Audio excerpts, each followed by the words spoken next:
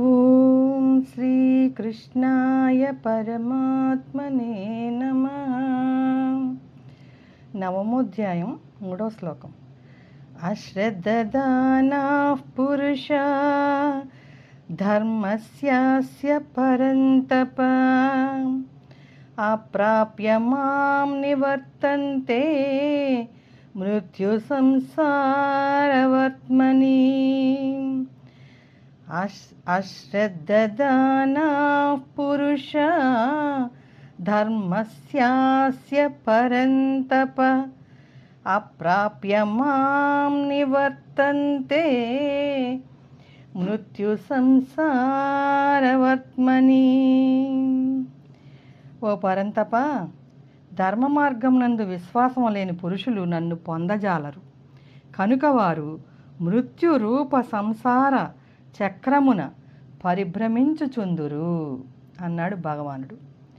ధర్మ మార్గంలో విశ్వాసం ఉంచాలి.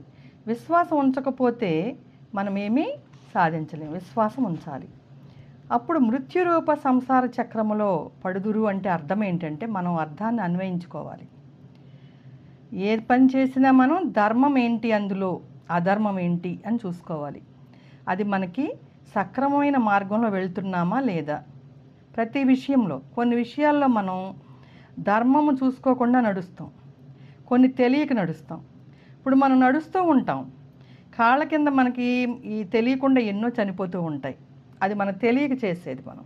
అందుకనే ప్రతి విషయంలో కూడా మనం తినే విషయం కానీ ఏదైనా సరే పడుకునేటప్పుడు ఒక మాట అనుకోవాలి, ఏ తత్ఫలం శ్రీకృష్ణ పరమార్పణమస్తు.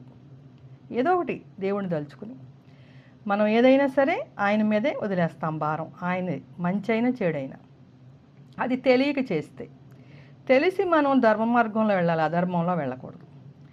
అలా చేస్తే మృత్యు సంసార చక్రములో నలుగుతారు అంటే అర్థం ఏంటంటే మృత్యు అంటే చావని కాదు, కష్టాలన్నమాట. కష్టాలుగా పడుతూ ఉంటాం. కష్టాలు పడితే అది నరకంతో సమానమే కదా. ఎంతో బాధలు పడుతూ ఉంటాం. కష్టం అంటే సుఖం అంటే స్వర్గం అన్నమాట. సుఖం వచ్చినప్పుడు పొంగిపోకూడదు, కష్టాలు వచ్చినప్పుడు కృంగిపోకూడదు. దీన్ని మనం ఒక స్టోరీ కింద చెప్పుకుందాం. స్టోరీ కింద ఏంటంటే బంగారు పంటలు స్టోరీ పేరు. పిల్లల గురించిది. దీంట్లో అది హేళన చేయటం, మరి అశ్రద్ధగా ధర్మ మార్గంలో వెళ్లకుండా ఉండడం, పిల్లలకి ఇంకో రకంగా ఉంటుంది.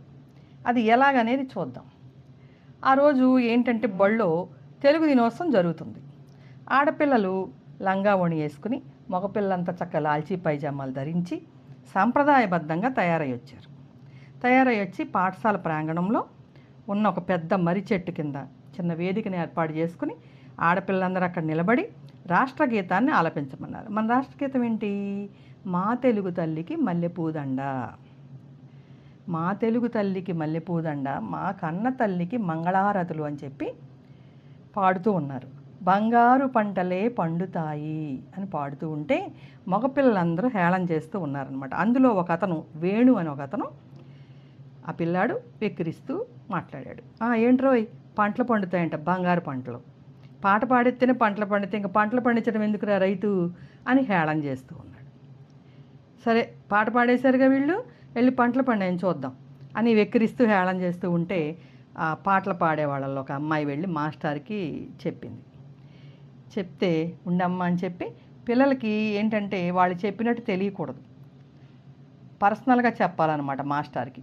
వాళ్ళ ముందే మనం కంప్లైంట్ ఇవ్వకూడదు, చాటుగా చెప్పాలి. లేకపోతే వీళ్ళ మీద కోపం వస్తుంది అన్నమాట చెప్పినందుకు. అప్పుడు మాస్టర్ ఏం చేశారంటే అతనికి ఎలాగైనా తెలియచేయాలని చెప్పి, సరే కానీ వేణు, ఈసారి నీకు టాపిక్ ఇస్తాను, రేపు అసెంబ్లీలో మాట్లాడదు కానీ. ప్రతిరోజు ఒక టాపిక్ ఇస్తారనమాట మాస్టర్. అలా నీకు ఒక టాపిక్ ఇస్తాను, రైతు గురించి నువ్వు చదువుకునిరా. పంటల గురించి ఏదో మాట్లాడుతున్నా విన్నాను నేను. నువ్వు రైతు గురించి టాపిక్ చదువుకుని నువ్వు రేపు అసెంబ్లీలో అందరి ముందు చెప్పాలి అనేసరికి ఇంకా చెప్పను అని అనకూడదు అనమాట. మాస్టర్ అలా అంటే ఎవరికి ఏది ఇస్తే ఆ టాపిక్ మాట్లాడాల్సిందే. అలాగేనండి మాస్టర్ అని చెప్పి ఇంటికి వెళ్తాడు. ఇంటికి వెళ్ళిన తర్వాత అతనికి ఎప్పుడు కూడా ఆ టాపిక్లు అలాంటివి చెప్పేయడం ఇష్టం ఉండదు. చెప్పేవాళ్ళని కూడా హేళన చేస్తూ ఉంటాడు. అది కూడా ఏంటంటే అదొక రకమైన హేళన స్వభావం అనమాట. ఆ స్వభావం ఉండకూడదు. అతనిలో అది తగ్గించాలని మాస్టర్ అలా చేశారు. ఇంటికి వెళ్ళిన తర్వాత ఏం చేయాలి అని ఆలోచించి వాళ్ళ నాన్నగారితో మాట్లాడాలంటే భయం. అందుకని అమ్మ దగ్గరికి చేరి, అమ్మ నాకు రైతు గురించి టాపిక్ ఇచ్చారమ్మ, దాని గురించి చెప్పవా, నేను మాట్లాడాలి రేపు అసెంబ్లీలో అంటే, చెప్తాను నాన్న, ముందు నువ్వు అన్నం తిను, అన్నం తింటూ ఉండంగా చెప్తాను, నిద్ర వస్తూ ఉంటే పడుకునేటప్పుడు కూడా చెప్తాను అని చెప్పి చక్కగా అన్నం పెట్టేటప్పుడు, అన్నం ఎలా వస్తుంది మనకి నోట్లోకి అన్నం ముద్ద రావాలి అంటే ఎంత కష్టపడితే, ఎంతమంది ఎలా కష్టపడితే వస్తుంది అని భూమాత, భూమి దగ్గర నుంచి, రైతు దగ్గర నుంచి కూలీలు ఆ పనులు ఎలా చేస్తారు, భూమి దున్ని మరి నీళ్లు పెట్టి దానికి విత్తనాలు వేసి ఆ చిన్న చిన్న మొక్కలు వచ్చిన తర్వాత మరి వాటిని నారు పోసి మళ్ళీ దూరంగా మొక్కల్ని పెట్టి మళ్ళీ ఏమైనా వాటికి ఏదన్నా వ్యాధులు వస్తూ ఉంటే మందు కొట్టి, కలుపు మొక్కలు ఏమైనా పిచ్చి మొక్కలు వస్తే తీసి ప్రతి మొక్కని రోజు చూసుకోవడం. అంత మట్టి నేలలో అంత ఎకరాల పొలంలో తిరిగి చూసుకోవాలంటే రైతు మరి కూలీల్ని పెట్టి బోల్ డబ్బు పెట్టి కష్టపడి ఇంత చేస్తూ ఉంటే మళ్ళీ సకాలంలో వర్షాలు పడాలి, అక్కర్లేనప్పుడు వర్షాలు పడకూడదు, ఇలాంటివన్నీ ఉంటాయి. కోత కోసి మళ్ళీ దాన్ని ఎండిన తర్వాత మళ్ళీ కుప్ప నూర్చిన తర్వాత ఆ ఒడ్లన్నీ కూడా చెరిగితే కిందకు వస్తాయి. ఆ ఒడ్లన్నీ అలా వచ్చిన తర్వాత కుప్ప నూర్పిన తర్వాత మళ్ళీ బస్తాల్లోకి ఎత్తి బండ్ల మీద వేసుకుని లేకపోతే అక్కడికక్కడే అమ్మి అప్పుడు మిల్లులోకి వెళ్తే మిల్లు వాళ్ళు వేసిన తర్వాత బియ్యం వస్తాయి. ఆ బియ్యం షాప్కి వచ్చాక మనం కొనుక్కుంటాం. అప్పుడు నేను వండుతాను అన్నం. ఇంతమంది చేస్తేనే కానీ, రైతులు చేస్తేనే కానీ మన ఇంటికి బియ్యం రావు నాయన. ఇంత కష్టపడతాడు రైతే మనకి రాజ్యం అని చెప్పి వాళ్ళ అమ్మ చక్కగా రైతు గురించి చెప్తుంది. బంగారు పంటలు పండించేది ఎవరనుకుంటున్నావు? రైతు అనేసరికి ఆ బాబుకి ఆ పాప పాడిన పాట గుర్తొస్తుంది, బంగారు పంటలే పండుతాయి అని. ఆహా, ఇంత అర్థం ఉందా ఆ పాటలో అని చెప్పి అనుకుంటాడు. అతను కళ్ళు తెరుచుకున్నాయి, జ్ఞానం తెరుచుకుంది, జ్ఞాననేత్రం. ఇక అయ్యో నేను ఎప్పుడూ కూడా ఎవరిని ఏమనకూడదు, ఎగతాళి చేయకూడదు అని అనుకుని ఇక మర్నాడు వచ్చి అసెంబ్లీలో చక్కగా అదంతా టాపిక్ చెప్పి ఆ పిల్లల్ని కూడా అందరి ముందు కూడా సారీ అని చెప్పి క్షమించమన్నాడు. చూసారా ఎలా మాటలతో మార్చారో మాస్టారు. మార్చిన తర్వాత అతను ఎప్పుడు కూడా ఎవరిని ఎగతాళి చేయలేదు. ప్రతి విషయాన్ని కూడా జాగ్రత్తగా ధర్మమా అధర్మమా చూసుకుని మాట్లాడేవాడు అనమాట. అలా మనం మాట్లాడితే బాధలు ఉండవు, హాయిగా మనకు మనుషులు దొరుకుతారు, ఫ్రెండ్స్ పెరుగుతారు, నాలెడ్జ్ కూడా పెరుగుతుంది.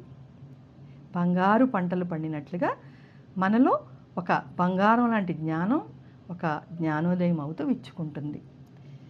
అదే బంగారాలు చక్కగా అలాంటివి చెయ్యాలి, వినాలి. హరే కృష్ణ.